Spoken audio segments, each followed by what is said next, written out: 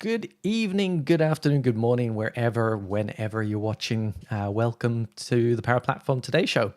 I have for your pleasure today and for mine, Damien Bird, who is going to introduce himself now. I'm going to bring him on.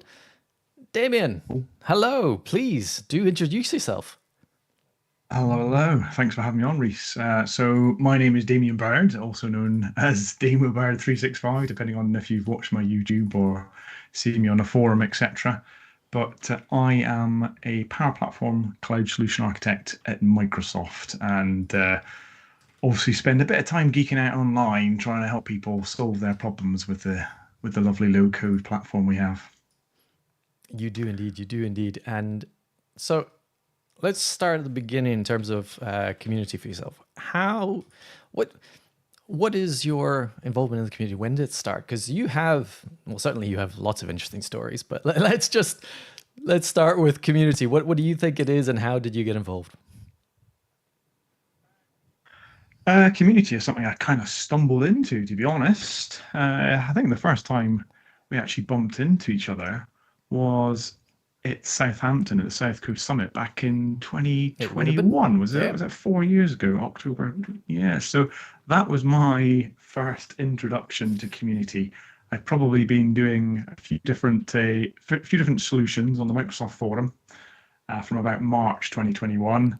I saw this conference and thought, I'll go along, and I was welcomed into the community arms open, and I totally fanboyed lots of people and thought, oh wow, I'm meeting lots of famous people. This is amazing, and didn't really know what I was stepping into. But if I look back, well, I do look back now and realize what I've walked into. It's what's given me my next career, as it were. Really, I've been really lucky to get the opportunity and meet lots of amazing people and chat to lots of amazing people across the world. Learned lots and people as well. Yeah. Yeah, no, I do remember that because I remember this tall guy just appearing out of nowhere with an amazing story. In fact, I'm pretty sure someone came over to me and said, like they were like, oh, there's this guy over here. You really need to talk to him. He's from Scotland, and he's got some fantastical story. We'll get into that in a moment because I do want to, to Yeah, to yeah. delve more into that. But on the Power Platform side, so community is sort of one thing, but you were working in the Power Platform before you kind of stumbled into the community, right? So how did you get into the Power Platform? Because no one in this world ever falls into it from university or anything. So it's always interesting to see the origin No. story behind Power Platform development. Well, I am. Well, I was going to say I'm the old man in the room. I started my first IT job back in 2001, I think it was. I was an assistant system support specialist, Oh wow, or an that's a or an title. ASS for short. So that was the acronym that we all love to have. Nice. Yes, absolutely. So I used to do frontline technical support for a college. Ah, okay. And then I moved on to work in a smart card scheme, and I was in that smart card scheme for years. And then one day I was asked, oh, would I like to help with a SharePoint and Teams migration? And so that's what got me into kind of the Power Platform, because I did a lot of automation with batch scripts and PowerShell back in the day. And then when I heard cloud flows and thought, surely not, this doesn't all run in the cloud, does it? That's what piqued my interest. I thought, wow, no machines needing to be on. I can go and run all my scripts without needing to have anything running. And that's what got me hooked on the Power Platform. So about 5, 6 years ago is when I got into the platform, 6 years ago, maybe. Um, got me hooked, definitely. Cool. Well, the 16 years with what was that? So were you a developer in I was a jack of all trades, to be honest. I worked in the council. I run a smart card scheme for a smart local card? That was it, council. right? I had a couple of techies that helped me support the platform. Ah, okay. And then my role was I sort of owned the platform. Now I think when I look back and I think about some of the roles you have at Microsoft, I was in effect a product manager for the smart card scheme, because it wasn't run by council IT. It was run by me. All right. And so I owned the IT infrastructure for the smart card scheme. I did the development. I was a systems analyst, but designed, documented changes, worked with consultancy firms to develop it, and having a team of two to support it. And then all of a sudden, one day, someone said, "Hang on a minute, why have we got this guy working on this smart card scheme when he can be part of the core IT services team?" And that's what happened. I moved across, and one of the guys that used to work with me said, "Would you like to run the SharePoint and Teams deployment?" And that's what I did. And that's when I discovered Power Platform. This is the thing I love about the Power Platform. I have to say, no one ever goes into Power Platform through well, I mean that's not entirely true. Most people don't go into the Power Platform through a course or university. They go in, they fall into it, and more often than not, they fall into it through business. It's I've known a number of people that have got into a techie world by starting on the business side, or product owner, product manager, business analyst, anything like that, where they're actually involved in talking and doing the work. And then they fall into the Power Platform because it's easy Lego brick pieces to build something that's useful for them. And then from there, they're like, huh, I really like this tinkering. This is fun. I want to do this. So that's cool. I had no. Okay, please don't take it. You look phenomenal for your age then, because I had no idea that you've been involved in IT for that long. I mean, I went to uni when I was Well, 2002, so uh, all right. So I finished uni in 2001. so Yeah. I mean, you're only a few Um, years ahead of me, like probably about 4 years. But I mean, I delayed, so I well, didn't get into IT until much 80s later. child still. Yeah, Yeah. 81 is when I was born. yeah. So So there 84 you for go. me. So I was late into tech definitely, because I took a roundabout way to get there. Because when I went to uni, it was for computer science. I was always into computers, but for me, I Yeah. went to Edinburgh Uni. Where did you go then? I went What? to Edinburgh Uni for computer science, and the problem was, I went to Edinburgh Uni for computer yeah, but science. I didn't last very long, because I was when I was doing it, I realized this is not for me. It's too theoretical. It's not Well, properly applied. Um, but that I came out after 3 years with a Bachelor of Science because I wanted to get hands on, and I did AI. That's the oh, irony, is that I did AI, but it was just too technical or too deep, too deep, and I just thought this is not for me. And then this is the amazing thing about low code now and AI. It's so accessible, yeah. and it's the business process that you solve. You think, oh wow, someone's got this problem. Here are all these tools I can just plug together and But see, again, solve that your that's problem. that's one of the interesting things, isn't it? It's the hard work has been done in the tech side to build the components that we can then make use of. Like the fact that Power Automate, the way it works behind the scenes, is phenomenal. Like what they've built as a platform is very, very powerful to allow you Mhm. to be able to build stuff that is as performant as it is. And I know people complain about it, but it's damn performant. It does a really good job for what it's doing, Mhm. abstracting all of that complicated stuff away so that you don't have to worry about it. You just have to give it the right set of instructions to do what it does. And most of the time, it does it really, really, really well. So it's all of that stuff that gets built, and AI is the same. All of that machine learning that's been going into that for decades is now at our Mhm. fingertips to be used. But I want to go back to Edinburgh Uni for a second there, because I remember when so my mate and I, when we left school, we went to Edinburgh Uni together, and we went to open days. So we went to Glasgow Uni, we went to Edinburgh Uni open days, and I'm sure it was Edinburgh Uni that they showed us an AI demo where someone had built basically um, it was a learning machine bot type thing that was playing. I think it was Quake. I think it was Quake 2. It might have been Quake 2 or Quake 3, but it was playing Yeah, it yeah. fully autonomous. And Oh, that was a demo that they showed us to say, look, we've got the resources, we're doing AI, this is amazing. And I still yeah. remember that, because this was in 2000, well, this would have been 2001. So obviously you graduated at that time, and you mentioned AI. So I was just wondering, do you know anything about that? Did you ever see anything like that? Well, I'd like to say that actually I built it, but all I realistically did was play Quake back in those Good days. times. And the other thing I did, I tested what was called ResNet, which was yeah, Residential you're network? not Yep. yeah, the introduction of well, it would be in Cat 5, I guess, back in the days, because otherwise the halls had just a dial-up phone Yep. line, and so I used to play games with people in the halls, and we would just dial each other in. So there was no sort of network, it was just peer to Yeah. peer, just one versus another against something like Doom, Quake, Yeah. whatever it was. And then obviously the phone line would drop and you'd lose the game. That would cut out.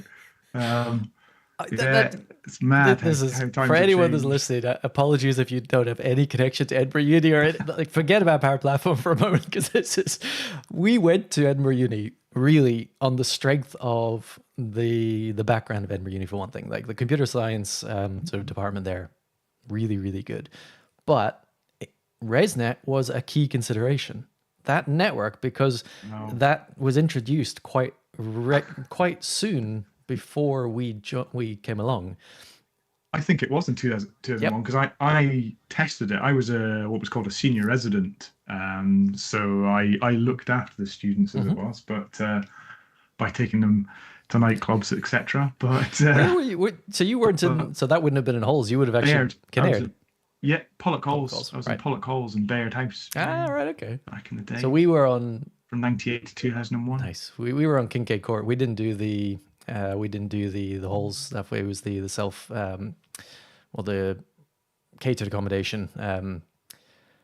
But yeah, no, it was all that was the thing about it. The ResNet was connected between all the campus, and Edinburgh Uni is a very spread Yeah, out like residential campus. There's a lot of them, yeah, and the yeah. fact that it was, I think it was gigabit networks and internet, and I mean this is in the days of Napster as well, so it was some good Yeah. times. I still remember. In fact, I'm pretty sure I have some films somewhere on a hard drive from those days. Because everyone just shared their Awesome. hard drives. It was a phenomenal time. Oh, that was some good times. No, I have to say, so Edinburgh Uni, I went there and I realized pretty early on it was too academic for me, so I ended up dropping out in Yeah. second year, and then from there ended up working in a cinema. I love cinema, I love film, so that Yeah. wasn't so bad. I enjoyed it, but at the same time, I was like, this can't be everything. So I ended up leaving there, going into a stockbroker. So I started as a junior stockbroker. Turned out that was what was it? It was a boiler room scam. I found out pretty early on, thankfully. And there's a whole saga there. But in essence, the guy was taken down, went to court. I was only there for 3 weeks, but that was my sort of this is my rags to riches story. I'm going to become a stockbroker, and Wow. yeah. So and then from there, I ended up at a call center, and then from the call center, I was like, you know what? I have to go back to uni. I can't be doing this. So I went back to uni, did accounting, and then from there got into IT because accounting as a course I enjoyed. So it was a good course to do because I could do it with my eyes closed. There was no issue from that perspective. And then from there, it's just a degree. You just need the degree to get into a job. These days, I think it's a bit different. I don't think it's as necessary. I think back then it felt like I had to do that. But that's why it took me so long to get into IT. And then from there, I ended up in Power Platform because it was the sales system that they were using where I started. Mhm. And so I got into tinkering with it and supporting it. And from there, I was like, this is fun. This is what I want to do. Not this BI stuff. No, I don't want to do the date. No, I want to do the actual development and support stuff. This is more interesting. And that's how I ended up in consulting. Oh wow, that's some journey. Oh, It mine's is. sounds relatively straightforward by comparison. Then I actually I wanted to be an accountant back in the day. That was my what do you call it 2 week placement when I was at secondary Hmm. school. I thought I got an A in my accountancy, and I thought, yeah, I'll go and do accountancy. And then for whatever reason, never done computing at school. I'll do computing. Um, but it's worked out Yeah, no, absolutely somehow. has. Definitely. Cool. All right. So let's go to the story then. So in terms of the Power Platform community, at the time that you got into community, what was happening to you? Like, what was your story then? Yeah, well, it still is my story to be honest, because it's been out on my bike and had a cardiac arrest, as you do. So I had a lucky bounce in 2020, April. So when everyone was thinking about lockdown, April the 7th it was, Hmm. I'd finished 15th day on the trot, doing the SharePoint migration using ShareGate, Hmm. moving files across. And after my work, I went out for a cycle. Well, I didn't wake up. I did wake up on a road. So I'd had a cardiac arrest on my bike in the countryside. Jeez. And yeah, called my missus. She didn't really get what I was saying. And then she tracked me down and took me in hospital. And then I spent 3 weeks or 3.5 weeks in hospital. But the last 5 years have been an absolute adventure with problems, device issues. I've had a device removed. I've had a pacemaker fitted. And I've had a pacemaker turned off as well now, or in all intents purposes, it's currently Turned off. Wait, in what? a semi-off state. Yeah, it's quite interesting because again, it's technology, and everyone's heart is different. So these things are configured to suit your requirements. So like my ICD is there to shock me, like those packs you see in Mm, supermarkets, whatever, the big green box that you run for, a yellow box, yeah. whatever. I've got one of them built under my You're skin, bionic. and yeah, and if I go into an arrest, it will charge and zap, but equally, it can inappropriately zap me. So it might. I've got well, I've got ectopics, extra beats, and sometimes it can pick that up incorrectly, count it as a normal beat, and then think I'm going into arrest. So I've So had you get tasered at least randomly. one where, yeah, Jeez. I mean, I've been shocked normally once, and then this other one, it's charged but never shocked me. And it's just the hospital. They call me and just let you know you had a close call. So I've been for Jeez. a procedure to try and reduce the likelihood of that. They call it an ablation. They go in and try and burn off the inside of your heart to try and destroy the tissue that causes those extra beats. And that was successful at operation time, but it quickly came back. So I've got that to look forward to later in the year. Jeez. And the pacemaker that came as a result of one of the drugs I was on and put me into what's called AV block. So your top and bottom get are normally conduct. So atrium and ventricle Mhm. um, come from top to bottom. And this is what I mean. The device is configured depending on who the individual is because there are so many heart conditions. Mhm. And this one is called AV block because the conduction between the atrium and the ventricle doesn't always conduct. Right. And it was because I'd been on a drug that blocks that signal. And so I just passed out. I was standing at a checkout in a supermarket and I just suddenly went and just Jeez. KO'd. And that was again chance of sudden death because if your heart doesn't start beating Yeah. again, you're gone. So the pacemaker's been put in for that. But I managed to talk. I just say talk them into it, but talk about um, consider turning it off or ramping it down. So it's now at a very low level. It's very unlikely to step in a side effect. And I've been off the drug for 2 years, so it was likely a side effect of the drug. So yeah, it's been a very fun. I'm not out of the water yet, as it were. Jeez. Other things happening, but I'm here. Always with a smile on my Well, face. and that's the thing. I mean, you come across as someone that is definitely glass half full, and I mean that's 5 years of ongoing.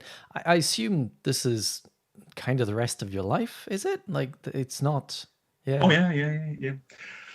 Yeah, some pretty grim conversations having about heart failure this week. Yeah, it's about potentially going onto drugs to try and reduce the progress of this. But I don't know. Part of me is in denial, and part of me is I've just joined a gym. I'm trying to get some fitness in the hope that I see some Mm, improvement. I feel okay within reason, but yeah, you just have to sort of reset your mindset because I was out on my bike. I was out chasing Strava.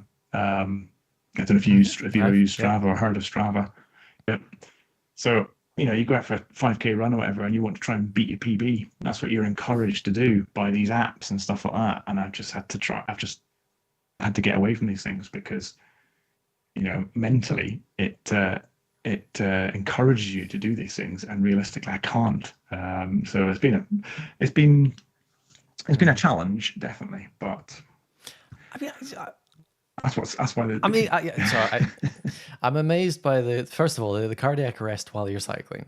Like from what I understand of cardiac arrest, if you're not if you're not addressed, if it's not addressed within a very short window, then you are at severe risk of brain dead and death.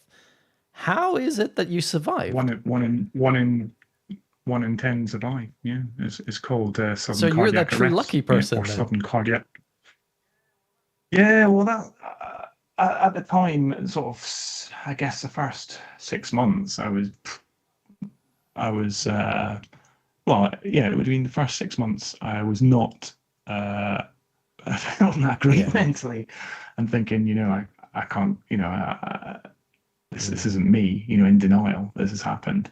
But then I quickly realized I have to just reset my mind, and as my brother had said to me, concentrate on what you can do and not what you Yeah. can't, and that's pretty much what I've been doing the last 5 years since. Is I've had lots of challenges, but I just keep looking forward, and I'll just keep going. So yeah, it's definitely been Mm. challenging, and I was definitely very lucky. And my kids now get screened as a result, and uh, they're lucky in that sense because anyone else in this situation doesn't know it's going to happen until Yeah. it happens. I was going around. I literally cycled from coast to coast of Scotland in the September before this happened. So it Jeez. happened in April. In the September 2000, I was racing up hills on my road bike, and my brother was chasing after me. And wouldn't have known it otherwise. It's just that's the crazy thing. Jeez. It's just sitting there waiting for you. So Mm. in your case, is that, do they know the cause? Like, is it a genetic thing? No. So it's, No, this is I literally had my annual review with my cardiologist and said to him, are we any closer to knowing what this is? And it's like, you've got the symptoms of a condition, but you've not got the right. genetics. So all we can do is classify it as what's called arrhythmogenic right ventricular cardiomyopathy, or Jesus, ARVC. that's a mouthful. Yeah, yeah, I had to think about that one before I could try to spit it out. And ultimately, there are several things that happen to your heart. The reason I have the ectopics is because I have like scarring in the heart wall, and that causes the extra ectopics because the electrical signal hits them and then will scatter around the heart muscle, causing it to Hmm. contract. But I'm on drugs to try and suppress that, and then the consequence of having that fatty tissue is that your heart wall stretches. So I've got an enlarged Right. Okay. heart because the muscle gets weak, it gets less efficient, which is where the sort of potential heart failure comes in because the average person has, say, 65% efficiency, and I'm currently sitting at 39% efficiency. So my heart is Jeez. pumping, a third or more less than it should in a normal situation. But Yeah. um, well, that's the way it is. That's the way it is. Yeah. Yeah, Jeez. not much I can do really. There's drugs I can take in theory if my heart gets worse, but just keep going, keep going. One more thing before we move on, because I don't want to delve too. I mean, it's fascinating. I have to say, it is very interesting. But you live this, and this is your life, and so I don't Mm-hmm. want to delve Yeah, yeah. too much into it. But I'm intrigued. Before it happened, were there any signs, any sort of Mhm. indications as to something might be wrong? Like every now and again, a pain in your chest, or anything at all? Just feeling a bit faint at times. Yeah. So I used to Jeez. cycle to and from work, and I'd been feeling a bit faint, and I had been to cardiology, and I'd been on a treadmill test. It's called a Bruce protocol test. They do 15 minutes on the treadmill, and they ramp up the speed and the gradient. Thing's stupid. I don't know, like 18% gradient or something. And they'd said at the beginning, you won't probably get to the end of this, but we'll just see how you get on. And I got to the end of it, and my heart was fine. And they went, oh well, that's a good sign. Hmm. And I carried on, and I was waiting for the next test, which I think was maybe an MRI or something like that. But um, it was too late at that point. I had my arrest. So Jeez. I'd also been diagnosed with celiac. So that was the interesting thing, is that my iron levels were low, and so I was going through this at the same time. I'd been to cardiology, I'd been to get endoscopy and colonoscopy, and they picked up I was celiac with blood tests and with a biopsy. So I now I'm like 100% gluten free because that is what the nature of celiac Hmm. is.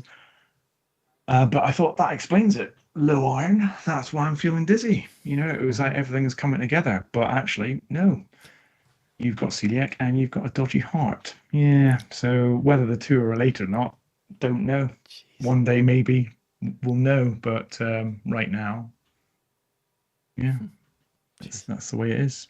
Yeah. That is, I mean, that is fascinating. The human body is an amazing thing. The fact that, I mean, it is a complicated machine and things like that happen, and yet it still continues to go. I mean, it's crazy. At 39% Mhm. efficient heart versus 65 or whatever. Like you would think that's pretty difficult, but does it actually impact day in, day out anything as such, or is it more mindset and every now Um, and again get a taser shock? yeah, I mean, it does affect me in terms of I don't go out cycling or running anymore. Yeah.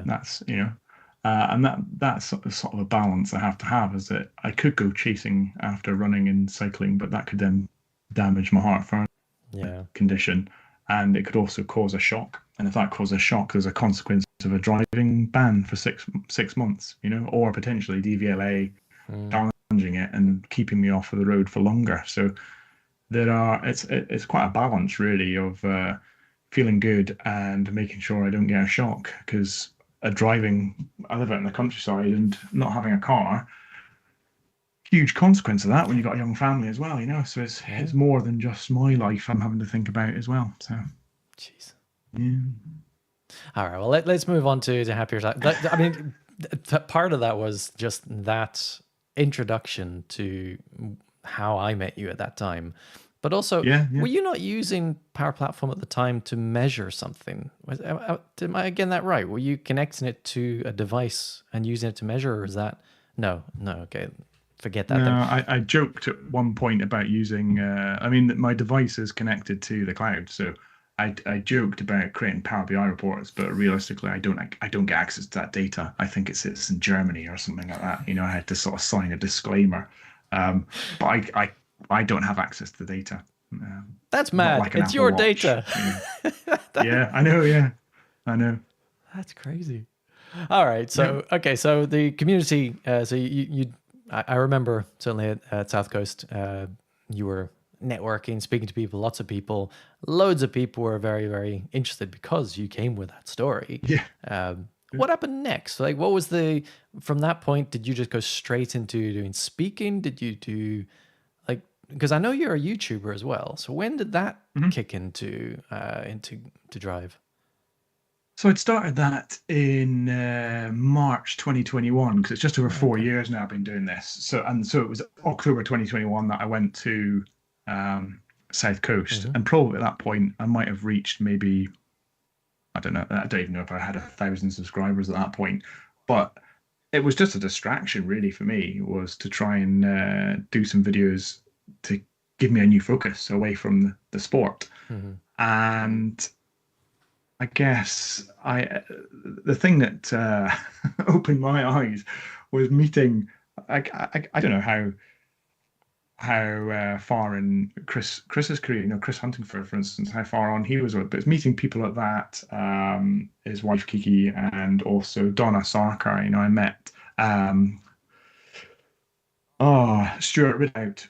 Hmm. I don't know if you know Stuart. So Stuart had me on his YouTube channel as well, because I'd done an automation with Office Scripts. And he's like, "Oh, come and demo this. This is really cool." And I just thought, "Wow, these people are all amazing. I can't believe I'm getting to talk to these folk." Um, and I don't know, maybe there was a part of me at that time thought, "No, I'll dream of, could this be me?" Inspiring others and helping others. Um, so it just kept going. I became obsessed with helping people on the forums. That's one of the things I really loved, was I solved a problem thinking I can't do that. And then I solved a problem, and I solved another problem, solved another problem. And then by the end of that became a super user. And again, that got me hooked because I was then recognized by the Microsoft community. I'm now a super user. Um, I get to go on calls with all the cool folk that are helping folk across the world in the forums, and again, that just sort of spurred me on a little bit. And I think it was then the year after that I got my MVP. Oh no, it was 2022 I got my MVP. So I was an MVP for a very short period of time. The right things. I didn't even know if I didn't even know what an MVP was, and I'm sorry to the MVP folk. Although I still keep it there. It was 2022. My puck is I mean, 2022. technically, you are still an MVP. You just have to relinquish it because you're at Microsoft, right? Like it's not, yeah. So Yeah, that's right. it's Yeah, not like you yeah. lost it. It's that you chose to not have it because you went to, well, To move on yeah, to the Microsoft. mothership, Yes. yes. So this stuff happened very Hmm. quickly, but if someone, again, if I was to reflect, which I do quite often, and just think I can't believe this has happened, I was just doing the right things. Yeah. It wasn't targeted. I didn't think this is where I want to be.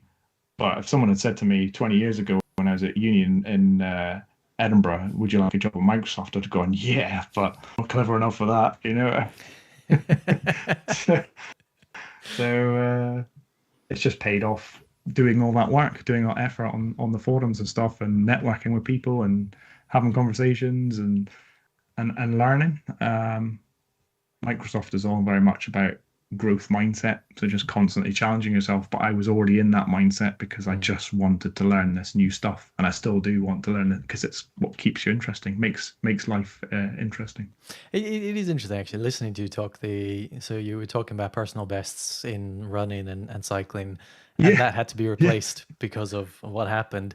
And essentially, yeah, you've turned that into forum badges. So I think you're a driven person. Like I think that comes across quite yeah, nicely. yeah, But you're yeah. right. I think that a lot of like the whole MVP thing, the fact that you didn't know what it was and you were recognized is amazing because that's what it should be. It should be about you just do Yeah. the thing you enjoy doing, naturally helping people, and through that you get recognized. I know there are people that go out to try and achieve it, and that's a different approach. Everyone does it in different ways. It's not, it's just the way it is. But I've spoken to a number of people that have gone into the MVP program, but also just in general in the community. They help in different ways. And that's the thing I like to get to on this Yeah. is how can people get into the community? How can people help in the community? And I always like to just confirm and just reiterate you can be a presenter, you can start a user group, you can run a conference. Absolutely. Very, very useful things in a community. But so is consuming what other people put out there and actually understanding things and learning through what people do and commenting. So some people have got into the community by actually doing things like bug reports on tools. I was talking to Carl Crooks and he was saying that he actually got involved through the XRM toolbox. And a big part of what he did was bug fixes. He actually went and fixed code, Mhm. did pull requests, got to know people, and that's how he got into it. For me, it was I met Mark Christie in Dublin, and it was he was doing Scottish Summit the next year, and he mentioned it. And I was like, oh, that would be interesting. He's like, did you want to speak? And I was like, sure, I definitely have some stuff I could talk about. And that's how I got into it. But for me, that makes sense because I I don't mind standing up in front of people. Yeah, it's nerve wracking, but that I enjoy. So for me, standing up as my first thing to do was an easy thing to do. Whereas Andrew Bibby, it took him many months of attending user groups before he then decided to actually stand up and present. Everyone is different, and everyone comes into it in different ways. Yeah, But absolutely. the forum has come up a few times, and I think it's something that people forget about. Like it's especially for someone that likes to solve problems or likes a challenge. The forums are a really good way to get into it because you get loads of people posting, I've got this problem. And then you kind of look and go, I think I know what it could be. I'm going to have to ask a few Yeah. more questions. Maybe and it really flexes that problem solving like muscle because you really Your have, product. Yeah, Yeah. it does. It teaches you Yeah. product, teaches you how to communicate because you have to draw it out of these people. Act meaning from yes. Yeah. Uh, so I think there's a lot to be said for that. I think for the forum stuff, especially, it's consistency. It's getting in there and just set inside time to do it, or at least that's what I think. For yourself, is that how you approached it? Did you set aside time like every day to look at the forum? How did you do it? Yeah, I became totally addicted to it. I think Personal in my best. first month of doing it. Oh, I've got a whole story about what happened because again, someone huge in the community, John Levesque, he helped me out with getting access back to my the forum because I got locked out because there was the I should know what this stuff is called, but there was like permissions when I logged in to approve the connection of your Entra ID or what Hmm. it wasn't called Entra back then, was it? But you know what I Yeah. mean? And because I wasn't a global admin of my, I was logging in using my corporate account, I couldn't approve it. And so all of a sudden, I lost access to the forum, and I had this vision in my mind that I would try and achieve 100 solutions in a month. I thought, I've never seen anyone do this before. And I ended up getting 152, I think it was, in the month, but I was Nice. locked out for like 4 or 5 days. And I just became obsessed. I probably annoyed a lot of people because I was always there answering questions day and night because I just wanted to get as many of these as possible. But I transformed my knowledge of the product from like nothing to hero in a short period of time because I think one of the big excuses of learning something is I don't know what to build. Mm, A forum is just free yeah. challenges, and I loved it. I absolutely loved it. I wish I could spend more time on the forums now with like Copilot Studio and stuff. Mm. So, I think that's a very interesting thing because I find for me learning is hands on. It has to be hands on. I can't. I mean, I can do mhm. the learn documentation from Microsoft, the learn.microsoft.com stuff. A lot of it is very good. Can get you so far. There's a lot of depth to it. There's a lot of stuff there, but Mhm. a lot of the time it's reading and watching a video, and it just doesn't go in my brain. It doesn't make sense. So Mhm. I have to learn by doing something, and so that's why in project Yeah. work it's quite good because solving problems in a project, you learn stuff. Yes.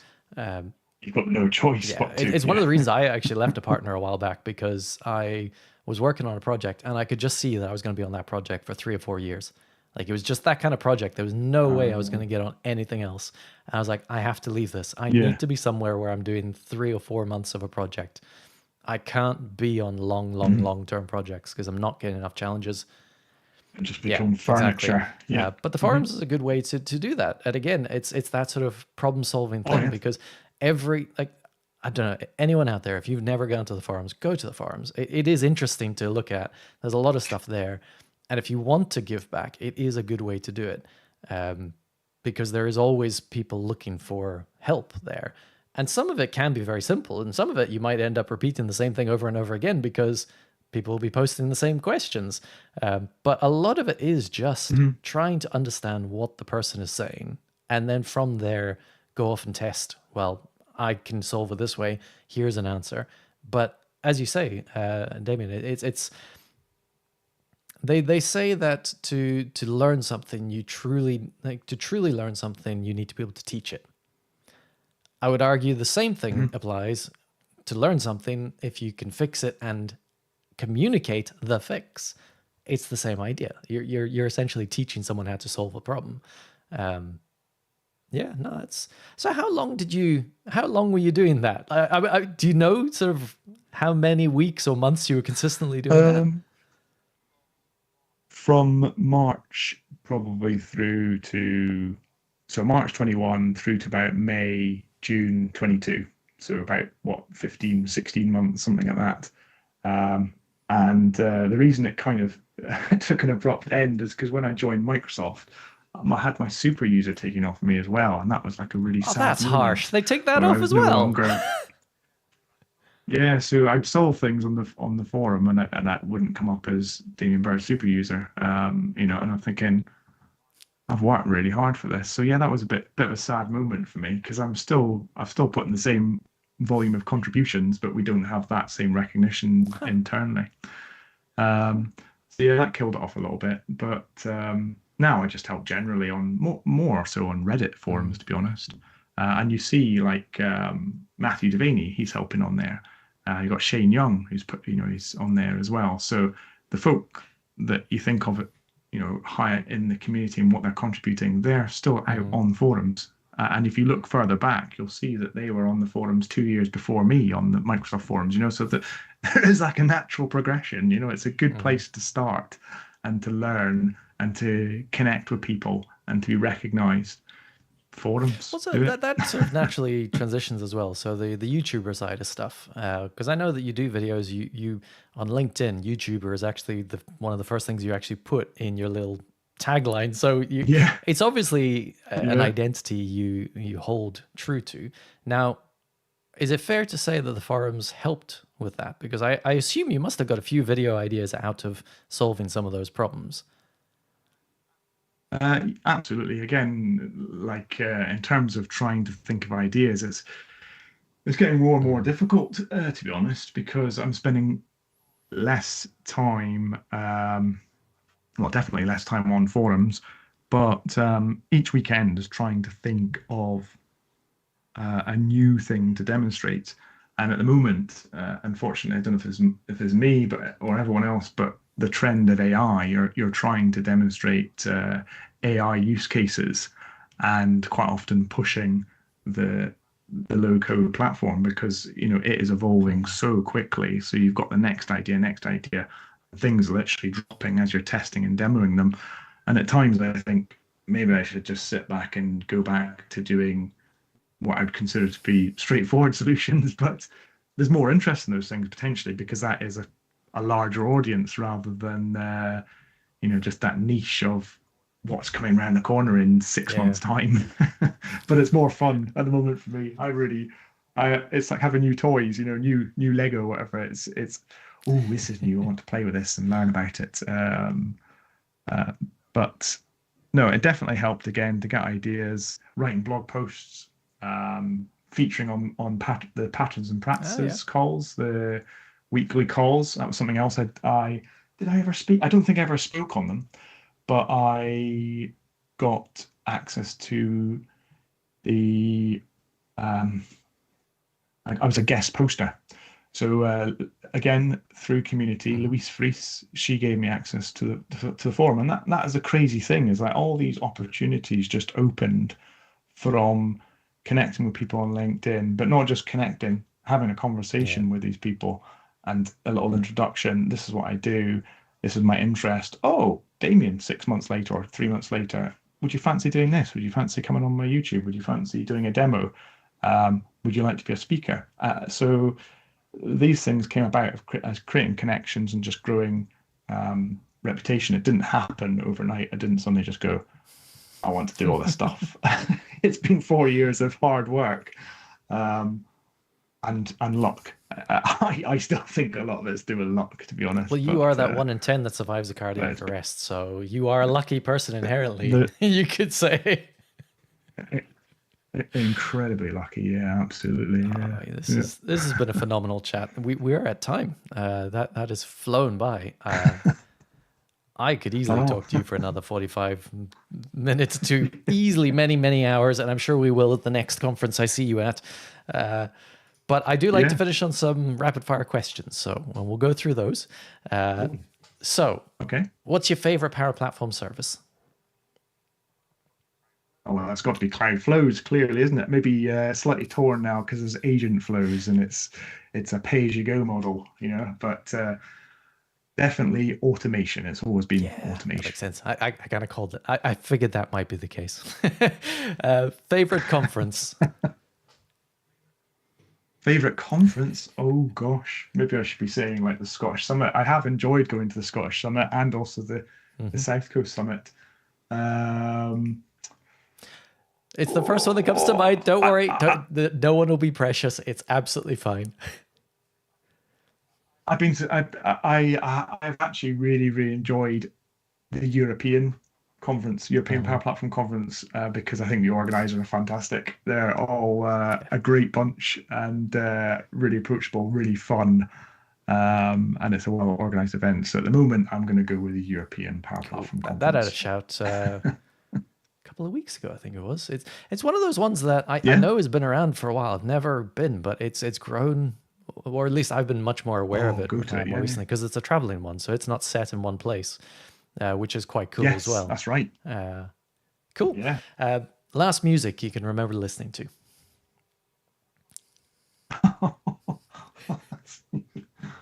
Oh gosh, my music taste is awful. I always just go into the car and search for acoustic playlist Is on yeah. And my kids always go, Dad.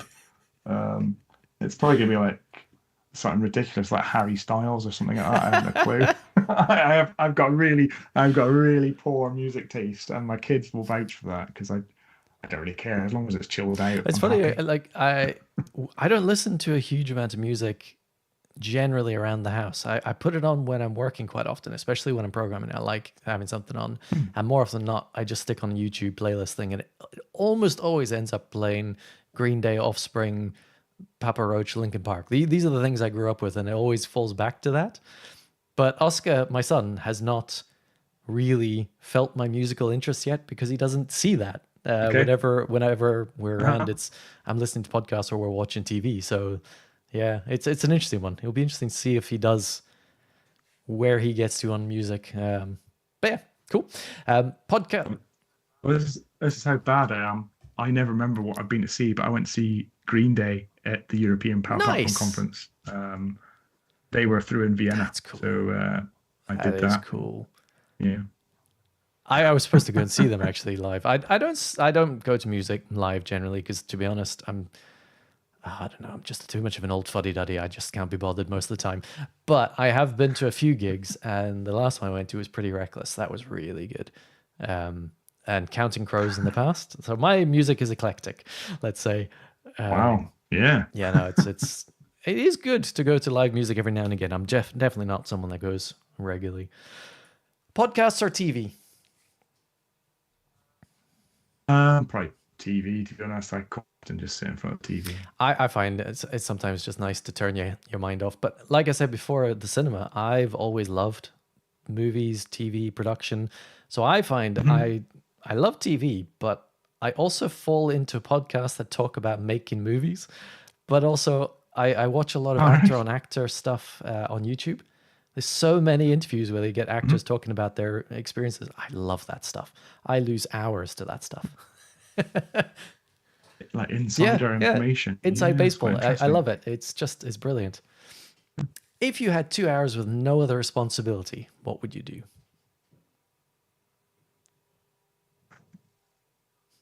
It's no responsibility.